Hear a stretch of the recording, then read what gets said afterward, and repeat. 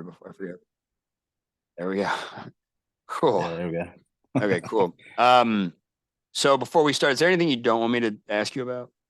No, man, we've been a pretty open book with everything, man. I mean, like I feel like the more details we give, the more open we are, the more people will be inclined to help us. And plus, I mean, it might help us in the long run, you know. Yeah. So, Okay, cool. mm, So I'm just gonna introduce you, and then you can tell the story of what happened with your brother.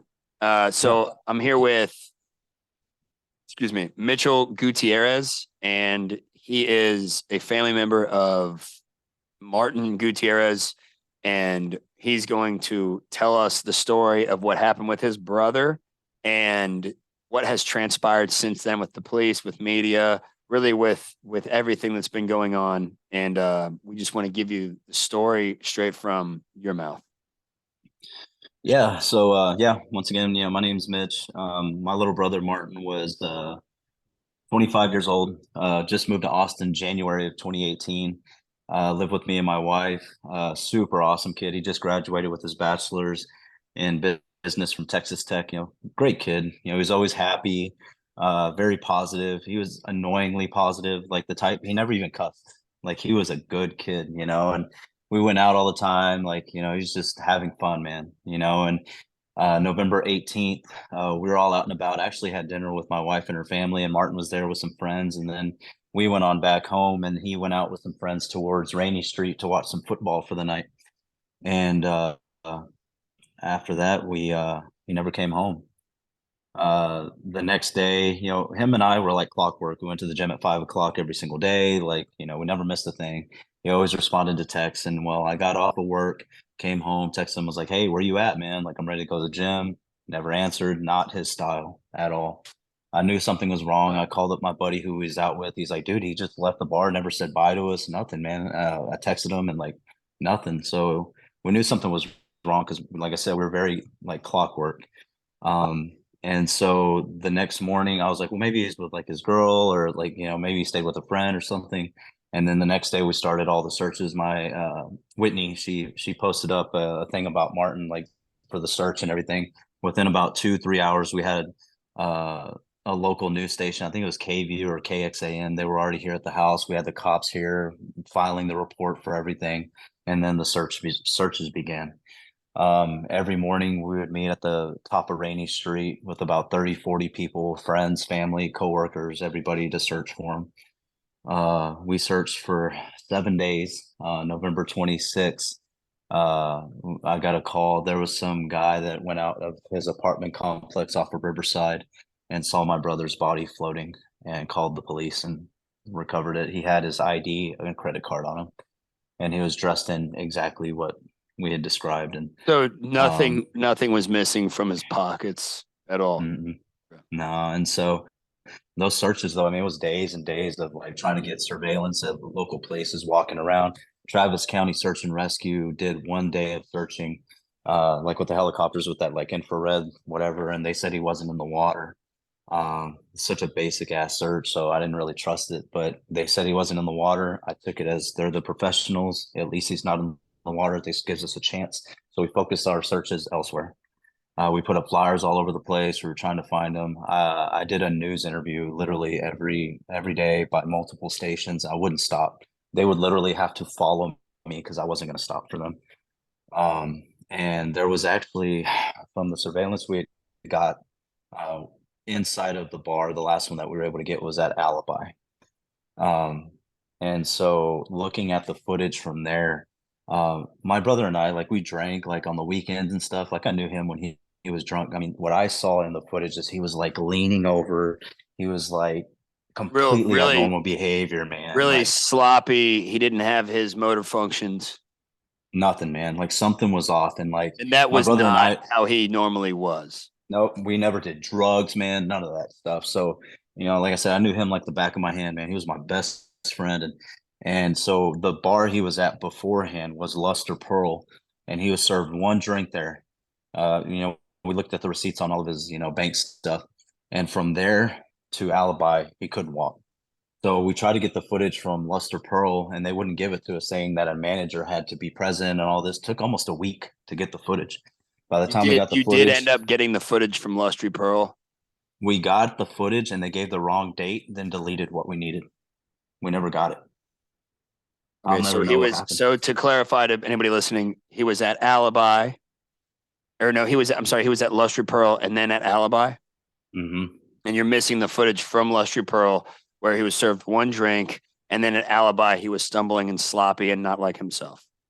Yeah.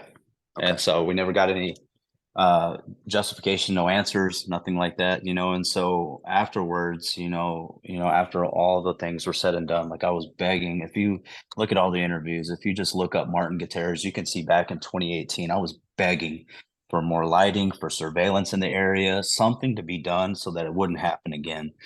And according to my little basic searches and whatever, I've counted up 12 since my brother died in November of 2018 that have gone missing in that lake. So, the most known for me was Jason John when he went missing. Um, I immediately called the number that was on the flyer. I spoke with his girlfriend. The next day, I was talking to his brother, giving him all this information, like stuff that we went through.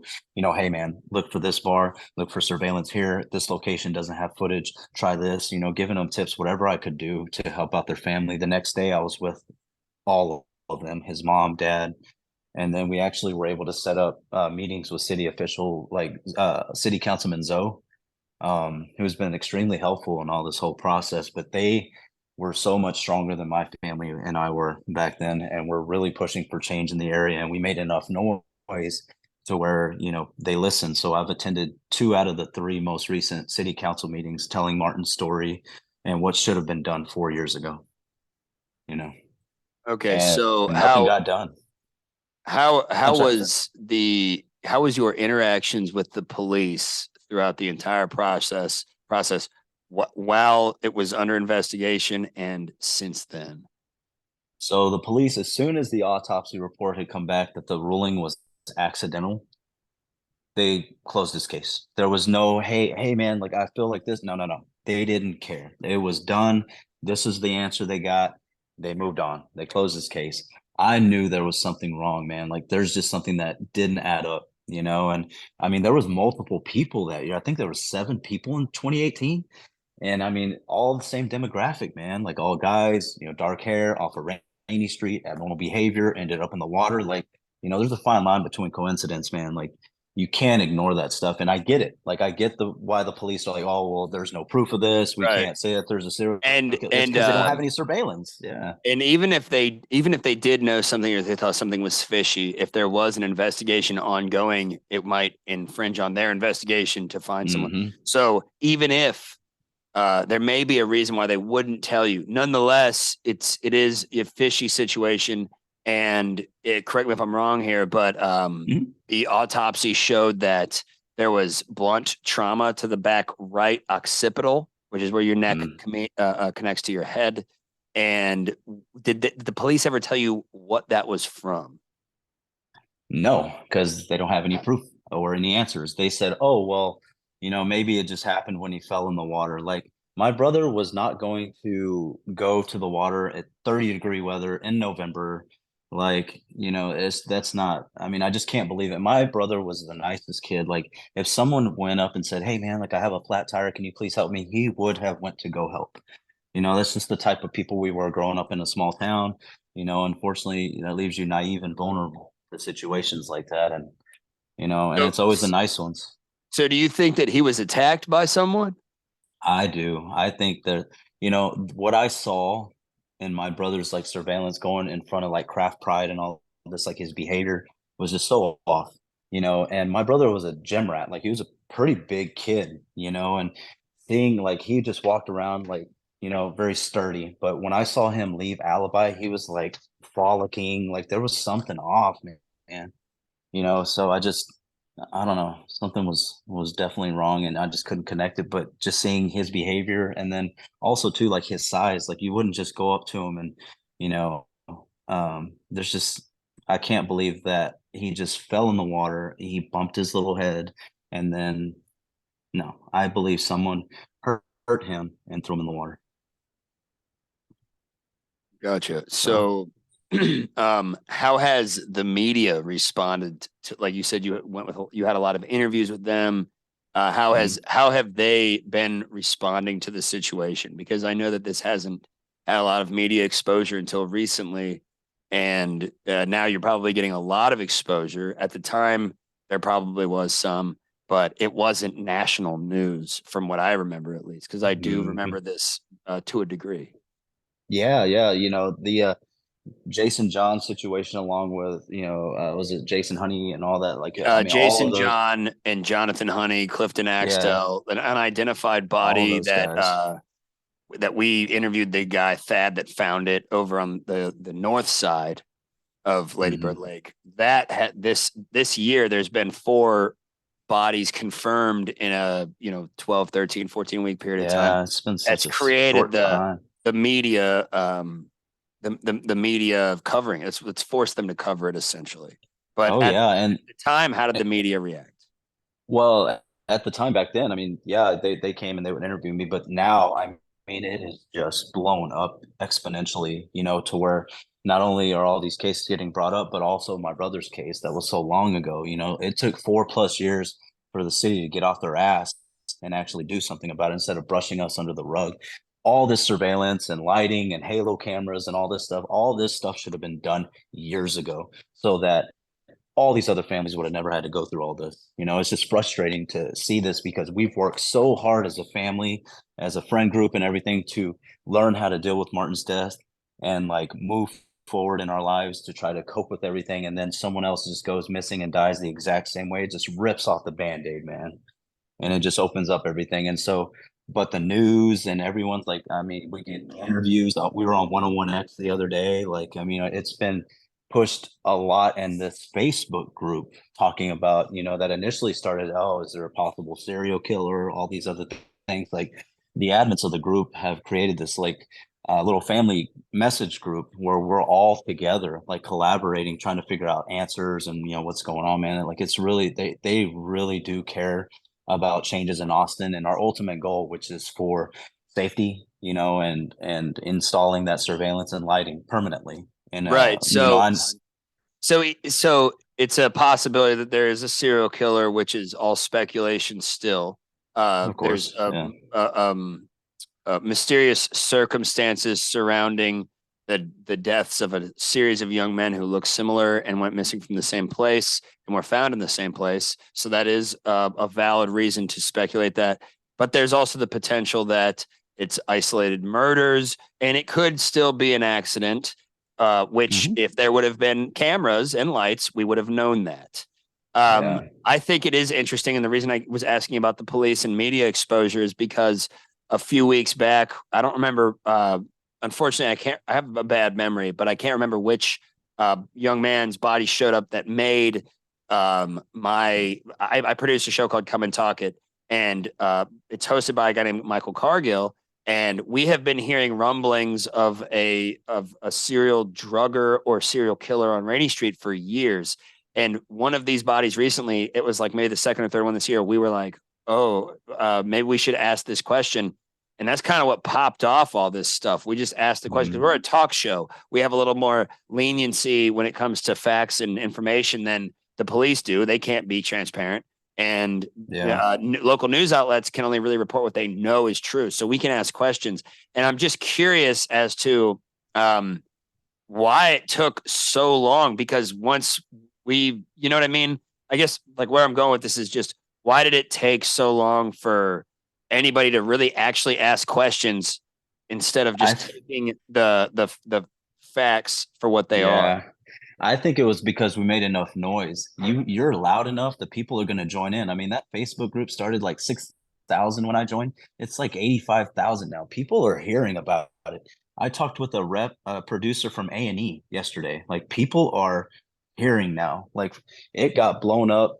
We're not just going to be ignored anymore. And we've made that very, very known, not only from city council meetings, but all over the news. And now we were able to get the support of the people in the town too. And I mean, I got in an Uber the other day and the guy knew exactly who I was. Like it's getting around. And I feel a big reason that it's finally getting pushed is these people are elected officials. right? The city council member and all that. So if they don't do anything about it, they're not gonna come back. People ain't gonna Right. vote for them. Yeah. Yeah. They care about So being reelected. And, you know, that's sort of that's what we do at the show I produce. You know, it's obviously benefited you in this instance, but we stir shit. You know, I sometimes love it. we're wrong about stuff, sometimes we're right, but that's what we do. We talk about shit. And, I don't know, man. It's just, the whole situation is obviously tragic, but it also sort of exposes, inconsistencies with Hmm. the police. And in my opinion, uh, I don't want to put too much of the brunt of the blame on local media or corporate media, but it is a little bit because I don't feel like they asked a lot of questions. And then when, excuse my language, assholes like me come in and start asking questions to the police or to news outlets or on our own show, it can, it can send things off to be exposed. Essentially, I know I sound like I'm patting myself on the back a No, little bit. I love that because you're able to help me. You have that voice, that ability that I don't, so that's why I appreciate you taking us on. So interviewing us, questioning all these things because you can do the things that I didn't, just like back in 2018, man. If I could have had your ass back then, I would have Well, pulled you in back I remember hearing about this when it happened, but then. at the time, I don't think I think I was still in college, so I didn't Yeah, have the platform I do now, which it really is only yeah, a radio show slash podcast. Um, mhm. but yeah, I think this kind of exposes the role of the media and questioning authority, and also, um, and again, I don't want to be too hard on the police because it is a difficult job, and I do It imagine that is, it is. the Yeah, detectives are doing what they need to do. But um, there, it sort of exposes the bones of what goes on behind the scenes, and that if mhm. things aren't taken seriously, um, people take things into their own hands. At the grassroots level.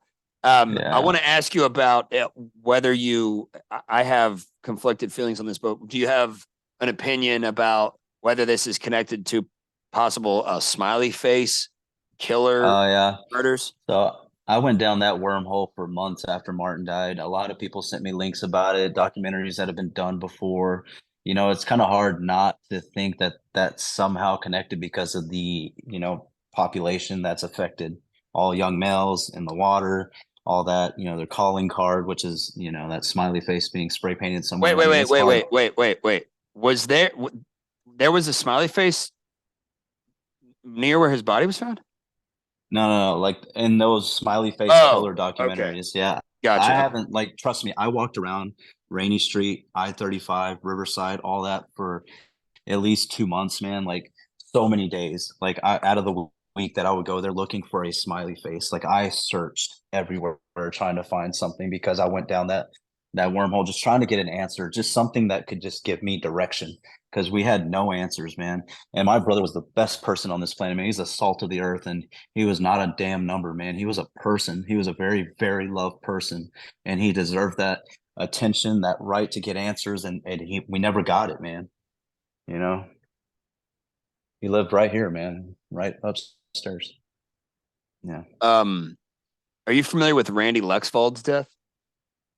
He was found. Randy. He broke He was his the one. femur. Yeah, yeah, yeah. Shoal I Creek, actually the Shoal spoke with Creek his Bridge, sister. which is Yeah, yeah, Lori Faber. I spoke with her as well at yeah. length. I don't think it's connected to any of the Ladybird deaths.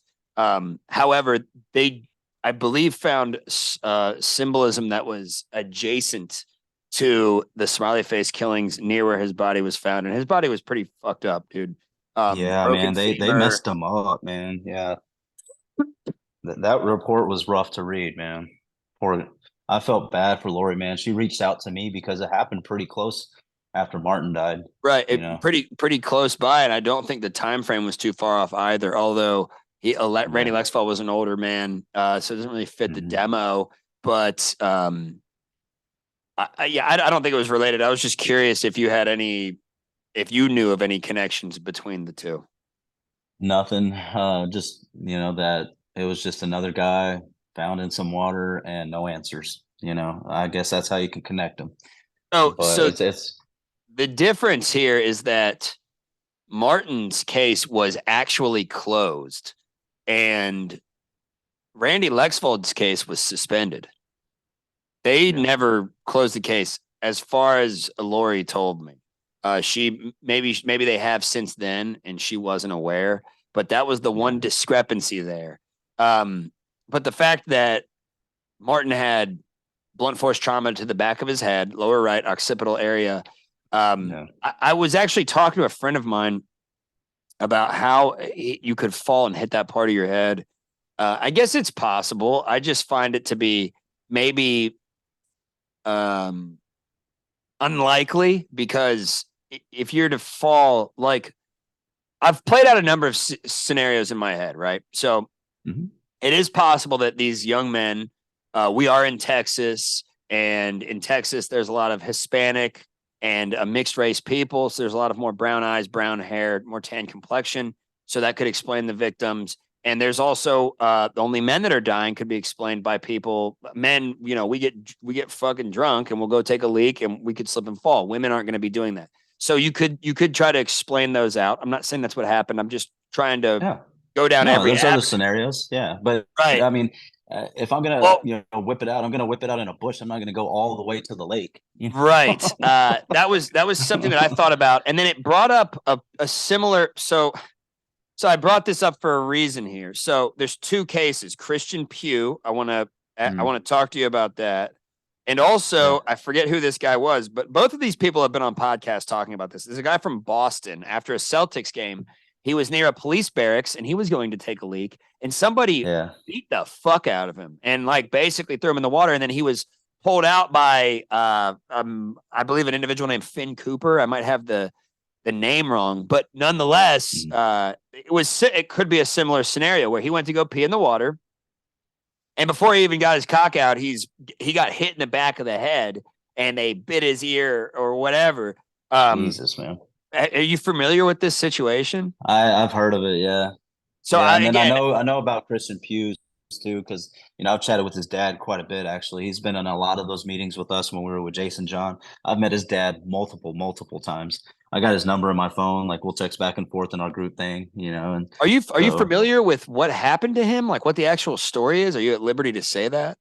I'd probably leave that up to his dad, man, to probably say. But I mean, there was just no answers. It's crazy because he was off that South Congress Bridge.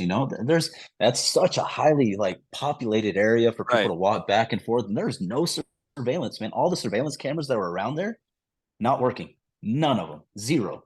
Well, hey, dude. And then you got this kid. Just Austin City Council. There, it's crazy to me, man.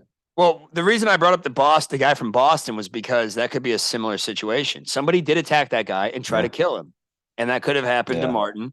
And then the Christian Pugh situation was, again, not far off time frame wise from the situation with Martin. And the Christian Pugh situation is probably the most bizarre thing I've ever heard. He came to town. He was out of town. He came into town to see Tom Segura. And he talked about this on the Honeydew podcast with Ryan Sickler. It's with Your Mom's House Studios. And he talked about how he came to town to see Tom Segura.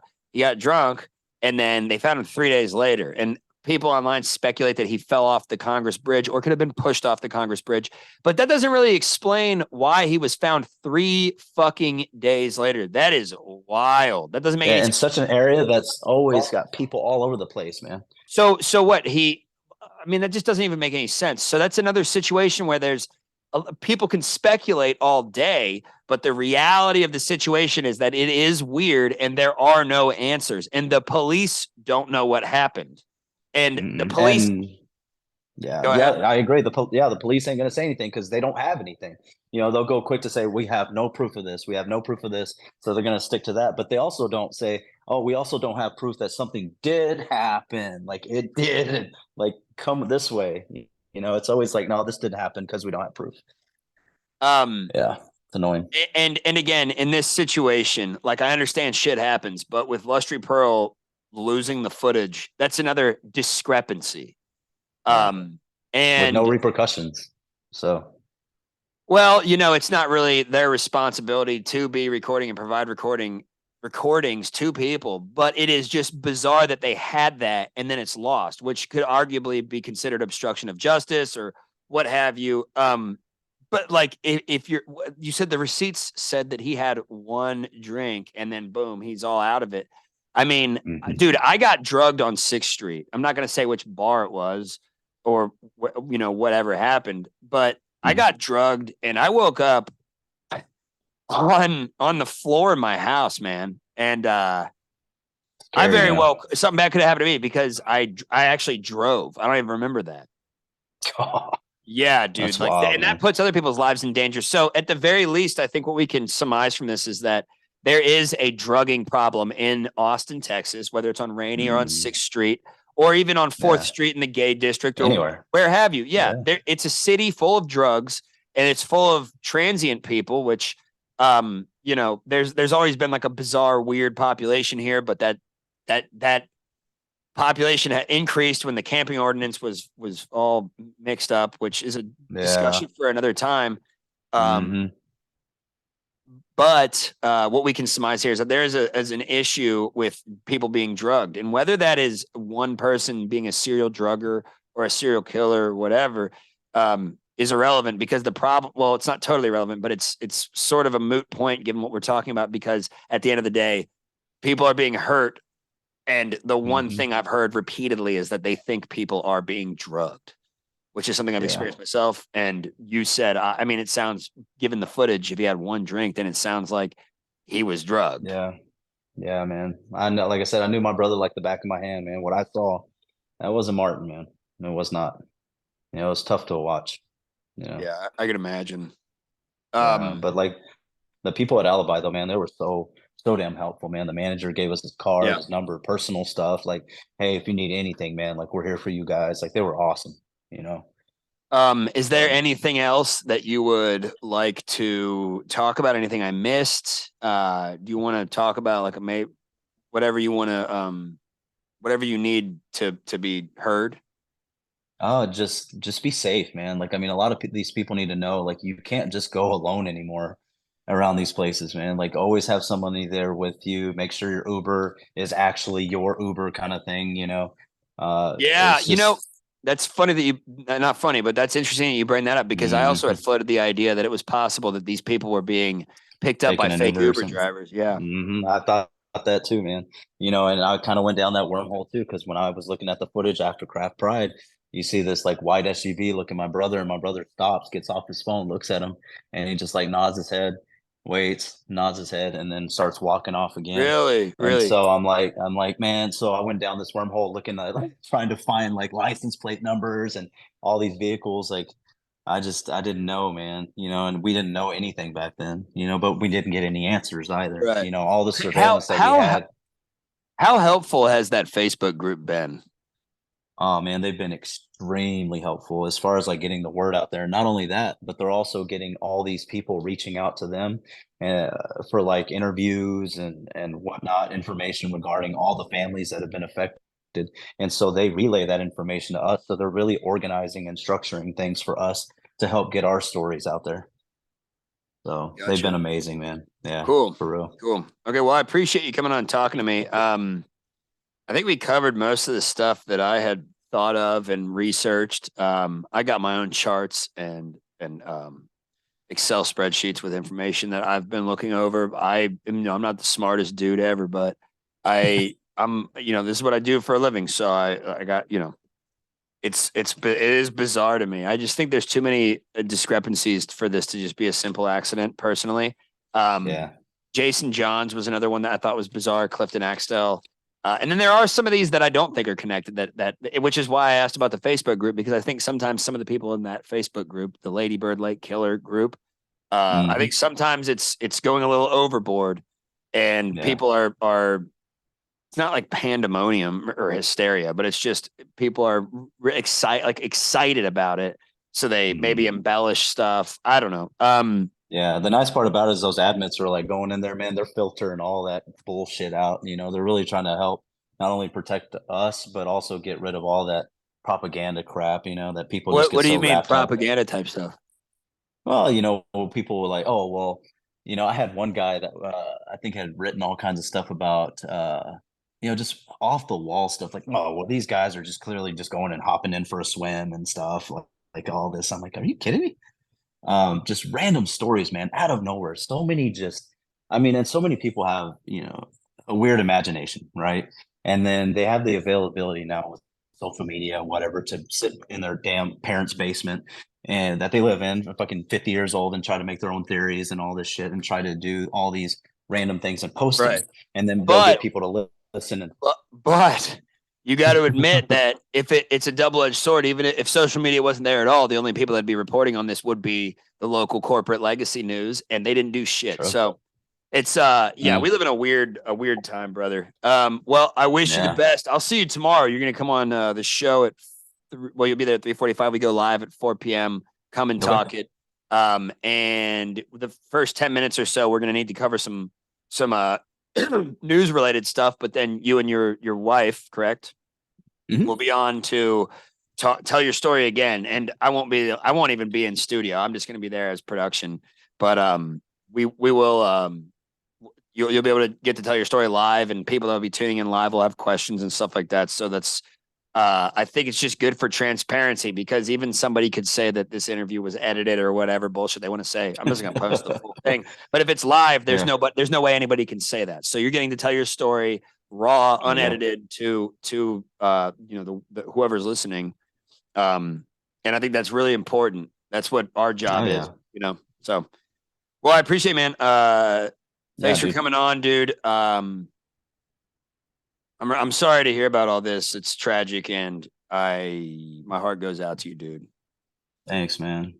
I really do appreciate it, man. My family wants to thank you as well. So Gotcha. thanks, dude. Cool. Well, I'll see you tomorrow, man. All right, buddy. Take care. See ya.